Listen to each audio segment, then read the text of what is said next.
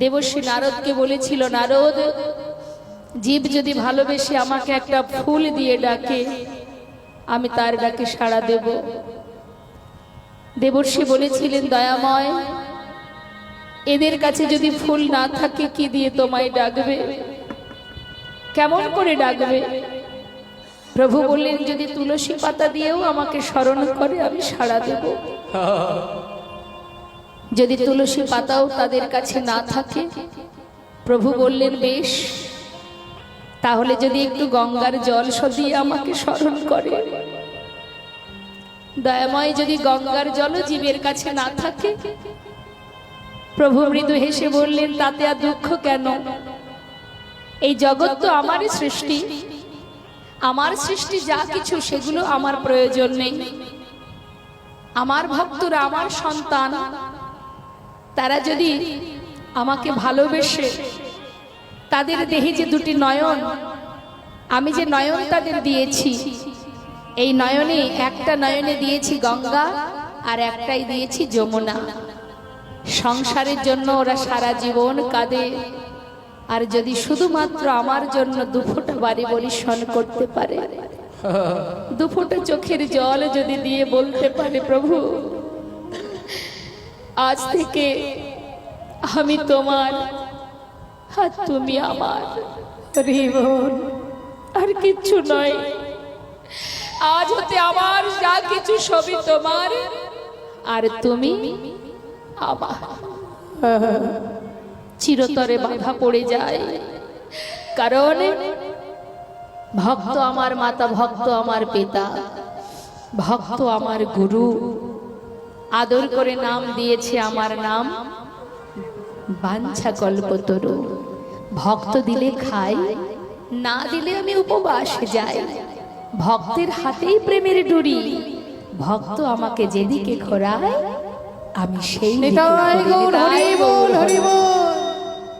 একটি পুত্র হলো, ছেলের নাম রাখলেন ভগবানের নামে, ঘরে যে বিগ্রহ আছে তার নামে।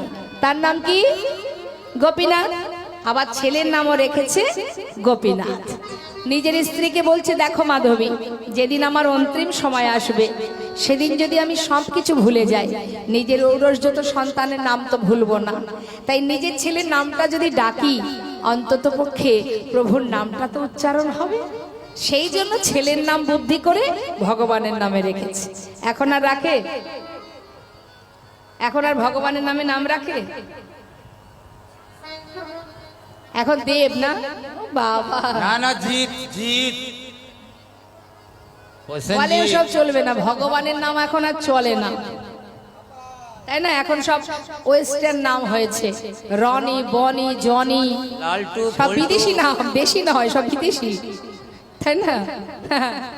কত ভালো ভালো নাম, রকি, বাপরে বাপ, সর্বনাশ। যেমন নাম হবে তেমনই তো তার স্বভাব হবে। এখন ছেলের নাম ভগবানের নামে রাখলে কি হয়? আপনারও মঙ্গল, আপনার সন্তানেরও মঙ্গল।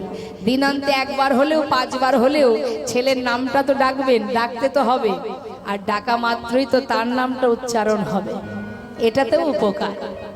ভগবানের নাম তুমি যেভাবেই মুখে উচ্চারণ করো না কেন, তাতেই তোমার কল্যাণ, তোমার মঙ্গল। অন্তর্যামী অন্তরে জানতে পেরে ছুটে গেলেন সেই ভক্তের কাছে। কে তুমি? দূরে দাঁড়িয়ে কাঁদছো কেন? কি নাম তোমার? আমার নাম গোবিন্দ ঘোষ। কার কাছে এসেছো? নীলাচলে জগন্নাথ দর্শনে? না প্রভু, আমি তোমার কাছে এসেছি। কেন? আমি তোমার সঙ্গী হব। কেন? আমার সঙ্গী কেন হবে? দয়াময়, আমার বলতে যা কিছু সর্বস্ব ত্যাগ করে শুধু তোমার সঙ্গী হব বলে ছুটে এসেছি, আমাকে তুমি ফিরিয়ে দিও না। দেখো, যে আমার সঙ্গী হতে চায় তার যে সারা জীবন কষ্ট পেতে হয়, তার থেকে সেই ভালো না ঘরের ছেলে ঘরে ফিরে যাওয়া। যাও, ঘরে চলে যাও, আমার সঙ্গী হতে যেও না। কারণ যে আমার সঙ্গী হবে তাদের যে কষ্ট আর কষ্টই পেতে হবে। দয়াময়, তোমার সঙ্গী হব, এটাই আমার কাছে বড় কথা। তাতে কষ্ট আসুক সুখ আসুক আমার তাতে কোনো দুঃখ নেই। এটা হচ্ছে ভক্তের চাওয়া। তুমি যেমন ডাকবে আমি তাতেই শান্তি। শুধু তোমার কাছে বাসনা, যেন তোমার চরণ থেকে আমাকে দূরে রেখো না, তোমার কাছে রেখে দাও। যেই না সঙ্গী করে নিয়েছে মা, সেই থেকে শুরু হয়ে গেল পরীক্ষা। পদে পদে ভক্তকে ভগবান একবার নয় বারবার পরীক্ষায় রাখেন। কেন? দেখি তো ভক্ত আমাকে কতটা ভালোবাসে, পরীক্ষা করে। পরীক্ষায় এবার গোবিন্দ ঘোষ একটার পর একটা পরীক্ষা দিতে শুরু করলেন। গোবিন্দ বলো প্রভু, নীলাচলে এসেছো, জগন্নাথকে দর্শন করেছো? দয়াময়, তুমি কার কথা বলছো? ওই তো মন্দিরে যে আছে জগন্নাথ। তুমি যার কথা বলছো সে তো চলতে পারে না, কিন্তু আজ আমি যাকে দর্শন করছি প্রভু, সে তো সাক্ষাৎ চলতে পারে, কথা বলতে পারে। গৌরহরি কিন্তু কথাটা শুনলেন মা, কারণ উদ্দেশ্য করে বলেছে কাকে? গৌরহরিকে। কিন্তু গৌরহরি বুঝেও না বোঝার ভান করলেন। ও গোবিন্দ, নীলাচলে আবার সাক্ষাৎ জগন্নাথ কোথায় দেখলে তুমি? শুনবে, তুহু জগন্নাথ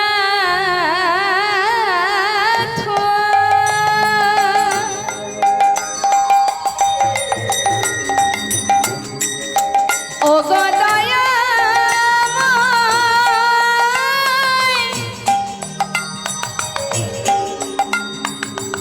তুমি হলে জগন্নাথ,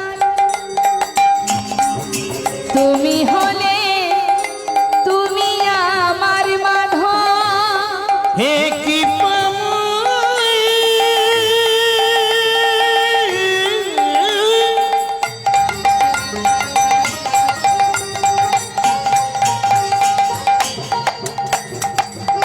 তুমি হলে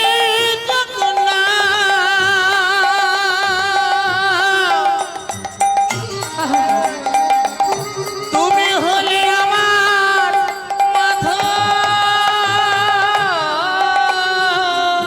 তুহু জগন্নাথ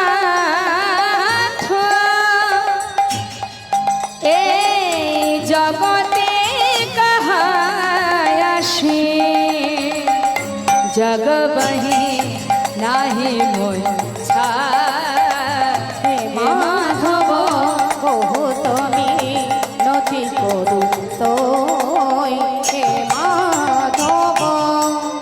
আমি ওই চরণে সব আমি সপেছি, ওই চরণে সবে সপেছি। প্রভু আমা বলিতে কিছু রাখি নাই গো। আমি ওই চরণে সব সপেছি। আমা বলতে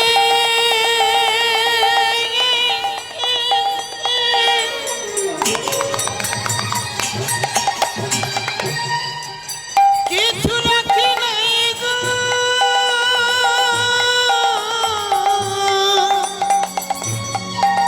তোমার ওই চরণে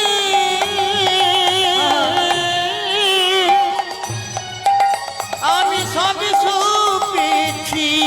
ও গৌরী তোমা হলামি বলে ওই চরণে সবে সপেছি। তাই গৌর হরি বল, হরি বল। ওই চরণে সবই সপেছি। গৌর তোমার হলামি বলে, তোমার ওই চরণে সব সপেছি। গৌর তোমার হলামি বলে, ওই চরণে সব সপেছি। দে তুলসী তিল এ দেহ সমর তিল, দয়া যেন না ছোড়ো মোর হে মাধব। দয়া করো প্রভু, যেন আমায় তুমি ছেড়ো না, আমি তোমায় ছেড়ে থাকতে চাই না। সঙ্গী করে নেওয়ার পর মা এবার প্রভু বলে উঠলেন, শোনো ভক্ত, আজই নীলাচল ছেড়ে আমরা কয়েকদিনের জন্য একটু তীর্থে যাব। তুমি যাবে? হ্যাঁ প্রভু। তাহলে চলো, ভক্তগণকে নিয়ে প্রভু আমার যাত্রা করলেন। নীলাচল ছেড়ে যাচ্ছে মা, নানা তীর্থ ভ্রমণ করবেন। এখন যাত্রা করেছে যখন, পশ্চাতে অগণিত ভক্তগণ আসছে, তো প্রভু বলছে শোনো, এইভাবে গেলে তো হবে না, তীর্থে যেতে গেলে মুখে নাম করতে করতে যেতে হয়। তা তোমরা সবাই মিলে আমার সাথে কৃষ্ণ নাম গাইতে গাইতে চলো। ভক্তগণ বলে উঠলেন, না প্রভু, কৃষ্ণ নাম আমরা গাইব না। কৃষ্ণ নাম আমরা কেন গাইব? কৃষ্ণ নাম তুমি করো। তাহলে তোমরা কি করবে? বলে আমরা করব আমাদের প্রভুর নাম। কলির ভগবান কে মা? গৌর হরি। তাহলে আমরা কেন কৃষ্ণ নাম করব? সে তুমি করো, আমরা গাইব তোমার নাম, অর্থাৎ গৌর গুণগান করব। বেশ, গৌর হরি যাচ্ছে আগে আগে, আর পশ্চাতে ভক্তগণ যাচ্ছে। আর আমরা যেহেতু লীলা শ্রবণ করছি, আমরাও তো সেই, আমাদের মনটাও তো সেই লীলার সাথে সাথে যাচ্ছে। তাহলে চলুন দেখি আমরা সবাই মিলে গৌর হরি পশ্চাতে গৌর নাম জপ করতে করতে সবাই মিলে যাব। কষ্ট হচ্ছে নাকি? কষ্ট হচ্ছে না তো? কষ্ট হলেও কিছু করার না, এই তো সুযোগ। এই সুযোগে যে যতটুকু ভগবানের নাম করতে পারবেন, চিত্রগুপ্তর খাতায় সব কিন্তু তোলা হবে। সেখানে গিয়ে যখন বিচার সবাই বিচার হবে, তখন বলতে তো পারবেন, দুবাহু তুলে হরিবাসরে হরি নাম কীর্তন করেছিলাম। কিছু তো করতে হবে, খালি হাতে তো যাওয়া যাবে না। তুলুন দেখি সবাই মিলে হাত। গৌর হরি বল, গৌর হরি বল, হরি বল বলো গৌর হরি বল, গৌর হরি বল, গৌর হরি বল, গৌর হরি বল বলো গৌর হরি বল, একবার গৌর হরি বল, হরি হরি বল। গৌর হরি বল হরি হরি, একবার গৌর হরি বল, হরি হরি বল। গৌর হরি বল হরি হরি, একবার গৌর হরি বল, গৌর হরি বল।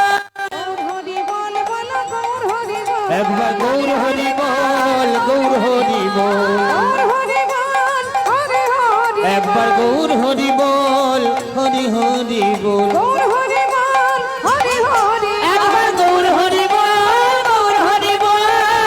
হরি বল বলো গৌর হরি বল, গৌর হরি বল, গৌর হরি বল। হরি বল, হরি বল। সমস্ত ভক্তগণ গৌর হরি পাঁচু পাঁচু যাচ্ছে, গৌর নাম গাইতে গাইতে, আর গৌর হরি কৃষ্ণ বলতে বলতে যাচ্ছে। বেশ কিছুটা পথ যাবার পর ভক্তরা দেখছে, হায় হায় কপাল, প্রভু তো অনেক দূরে এগিয়ে গেল। এবার যদি তিনি আগে আগে যায়, আমরা তো ঠিকঠাক পথ ঘাট চিনি না, যদি পথ ভুল হয়ে যায়। এক ভক্ত ডাকছে, ও দয়ামা, ও প্রভু, গৌর হরি। গৌর হরি। যেই না ডাক দিয়েছে, গৌর হরির সঙ্গে সঙ্গে ভক্তদের দিকে লক্ষ্য করে দাঁড়িয়ে পড়লেন। ডাকছে যে, তার মানে এই জায়গা থেকে আমাদের একটা জিনিস বোঝার আছে মা,